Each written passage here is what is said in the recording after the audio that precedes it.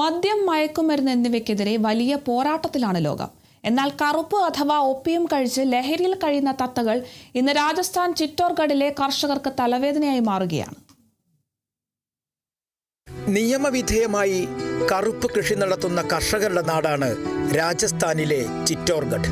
ഇവിടെ പ്രശസ്തമായ ചിറ്റോർഗഡ് കോട്ടയുമുണ്ട്. എന്നാൽ ഇവിടുത്തെ കർഷകർ ഇപ്പോൾ വലിയ ഭീഷണി നേരിടുകയാണ്. ഭീഷണി കീടങ്ങളുടെ ഭാഗത്തു നിന്നോ കാലാവസ്ഥയുടെ ഭാഗത്തു നിന്നോ അല്ല. ഇവിടുത്തെ പ്രശ്നക്കാർ തത്തകളാണ്. കറുപ്പ് മോഷ്ടിക്കുന്ന തത്തകൾ. കറുപ്പ് കായ്കൾ പാകമാകുമ്പോൾ ലഹരി നുണയാൻ തത്തകൾ കൂട്ടമായി എത്തുന്നു. കായ്കൾ കൊത്തിയെടുത്ത് മരച്ചില്ലകളിലോ മറ്റോ പോയിരുന്ന് കറുപ്പിന്റെ കറ കുടിച്ച് ലഹരിയിലാകുന്നു. പിന്നെ മണിക്കൂറുകളോളം തത്തകൾ മയക്കത്തിലായിരിക്കും. അമിതമായി കറുപ്പകത്തായാൽ ഹൃദയസ്തംഭനമുണ്ടാകും. ചിലപ്പോൾ പൂസായിരിക്കുന്ന തത്തകളെ പരുന്തും കീരിയും പാമ്പുമൊക്കെ ഭക്ഷണമാക്കും. തത്തകളുടെ ശല്യം കലശലായതോടെ കറുപ്പ് പാടങ്ങൾക്ക് മുകളിൽ കർഷകർ വലകൾ സ്ഥാപിച്ചു കഴിഞ്ഞു. ലക്ഷക്കണക്കിന് രൂപ വില വരുന്ന ലഹരിയാണ് തത്തകൾ ഓരോ വർഷവും അകത്താക്കുന്നത്. മാത്രവുമല്ല, കറുപ്പ് മോഷ്ടിക്കുന്ന കാര്യത്തിൽ തത്തകൾ കേമന്മാരാണെന്നാണ് കർഷകർ പറയുന്നത്.